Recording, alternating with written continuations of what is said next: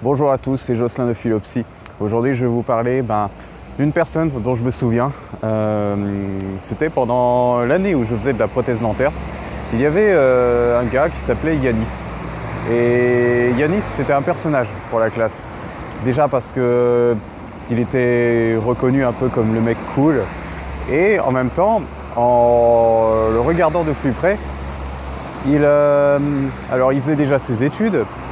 Après, le soir, il enchaînait un travail, un petit boulot au McDo, dans lequel il rentrait tard. Et, en plus de ça, il enchaînait une soirée, parfois. Bon, le lendemain, il ne se levait pas, mais on va dire qu'il avait, malgré tout ça, il ne se plaignait pas, il avait toujours le moral. Moi, à sa place, j'aurais pété un câble, je me serais dit, mais j'ai pas le temps de profiter, j'aurais râlé parce que j'aurais été tout le temps fatigué. Déjà, au moins, sur une année complète, moi, j'aurais du mal à tenir, je le sais. Alors, lui, par contre, il a tenu très bien, il était très cool tout le long, apaisé. Je me demandais comment il faisait. Et parfois, même quand nous, on était fatigués, qu'il nous remotivait un petit peu. Donc, il est toujours ce côté-là, sans prise de tête. Et je pense que le secret, c'était qu'il n'avait pas le temps pour se lamenter. Pas un désintérêt complet pour justement ce qu'il appelait la prise de tête, c'est-à-dire se dire j'ai pas le temps de faire ceci, j'ai pas le temps de faire cela, je suis tout le temps fatigué, je suis obligé de travailler. Il ne devait pas avoir de temps pour ça et il faisait juste, il se contentait de faire et c'est une notion de vivre au présent.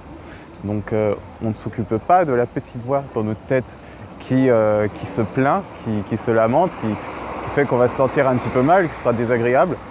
On s'en occupe pas, on sait qu'elle est là, mais on l'ignore. On la laisse faire, mais on l'ignore. Et on se concentre sur l'activité même de ce que l'on fait. Et c'est peut-être ça le secret. Donc après, moi, là, c'est une hypothèse que j'ai faite, mais c'est ce qui fait qu'on se sent peut-être bien dans le quotidien. Donc ça rejoint toujours ce principe de faire les choses au présent, d'être à ce qu'on fait en ce moment même, comme moi dans cette vidéo. Voilà, donc c'est tout ce que j'avais à dire là-dessus. Soyez comme cette personne, non, soyez pas comme ci, soyez pas comme ça, mais on peut s'inspirer de petites choses, de personnes dans notre entourage, d'aspects qui nous plaisent chez eux, qu'on aimerait bien avoir sans pour autant se comparer. Voilà. Et puis lui, il ne se comparait pas aux autres, contrairement à ce que la plupart d'entre nous faisons à tort, malheureusement. Et j'en parlerai dans une prochaine vidéo de la comparaison de la différenciation. Je vous remercie d'avoir écouté et vous pouvez me rejoindre sur ma page Facebook, sur ma chaîne YouTube, ainsi que sur mon blog philopsy.com pour voir plus en détail en article ces vidéos. Allez, à plus!